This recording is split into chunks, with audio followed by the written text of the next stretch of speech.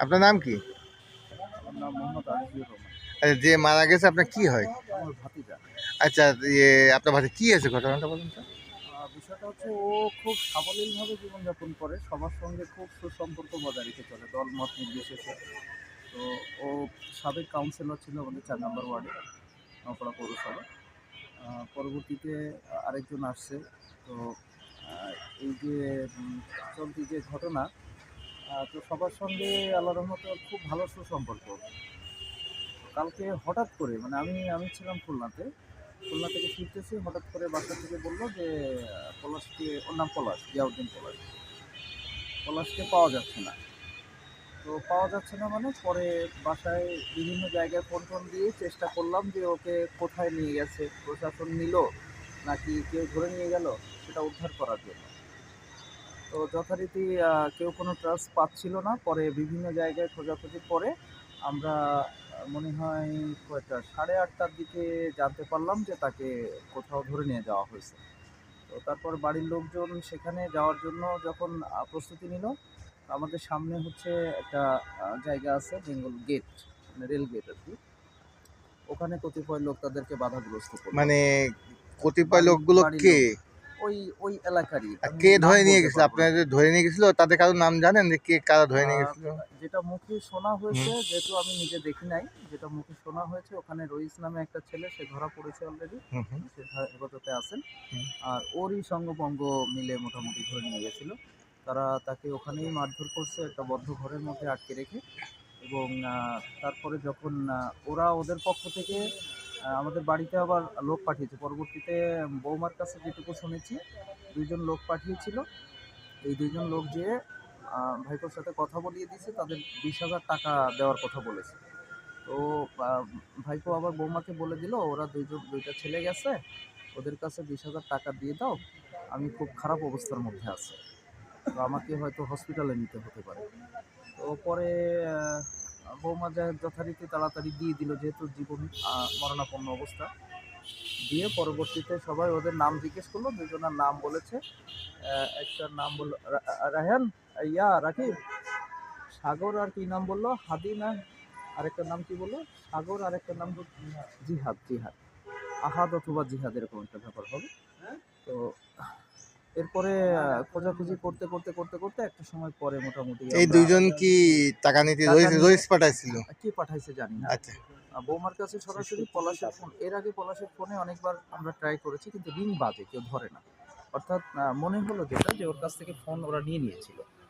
যাই হোক, তো বিভিন্ন জায়গা থেকে ফোন গেছে, কেউ ওদেরকে মানে আহত রিসিভ উদ্ধার করেনি। করেছেন না নিহত উদ্ধার করেছেন? আমরা ওখানে যে অবস্থায় আছে সে অবস্থায় মনে হয়েছিল যে ওখানেই নিহত হয়ে গেছে।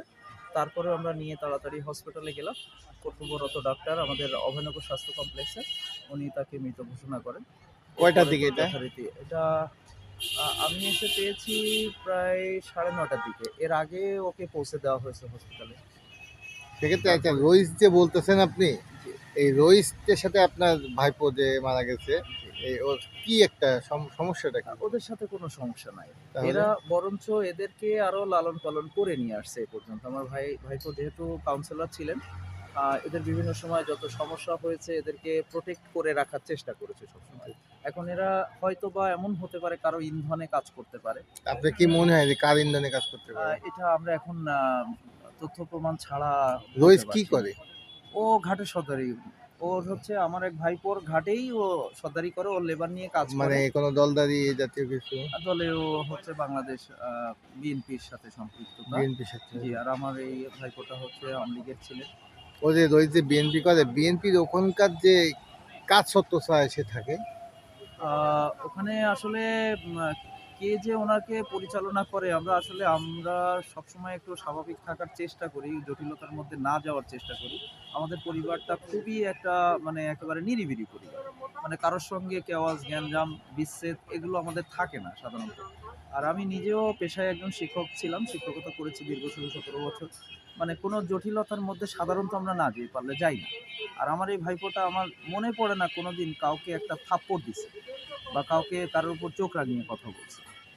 তো তো আমরা খুবই আপসেট, খুবই দুঃখিত। আমি আমি আসলে আমরা কেউই প্রত্যাশা করি না আমাদের তা আপনার ভাইপোটা যে অভিভাবকবাসী। মারা গেল, একটা আপনাদের কোনো মনে হয় যে এমন কোনো উদ্দেশ্য আছে এক্স ওয়াই জেড যে মেরে থাকুক?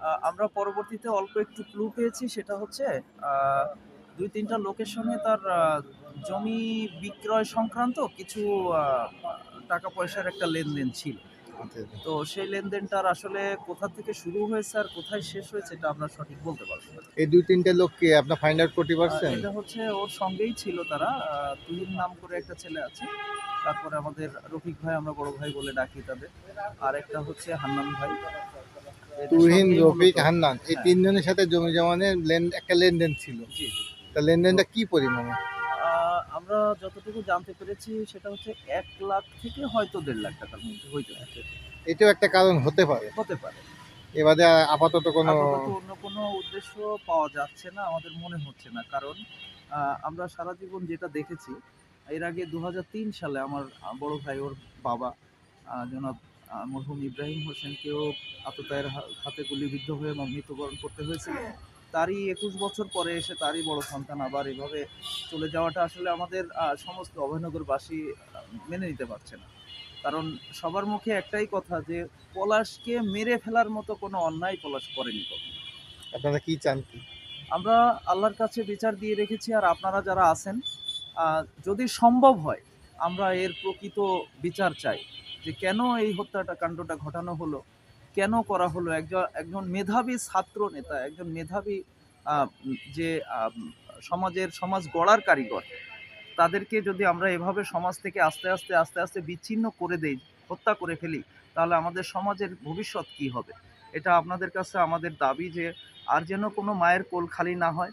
আর এই যে হত্যাকাণ্ড হয়েছে, আপনারা যদি সম্ভব হয় আমাদের দাবি আপনার সুষ্ঠু তদন্তের মাধ্যমে প্রকৃত যারা অপরাধী না তাদেরকে শাস্তি না দিয়ে, যারা অপরাধী তারা যেন শাস্তি পায় এবং আমরা যেন উপযুক্ত বিচার পাই, এটা আপনাদের কাছে আমাদের প্রত্যাশা।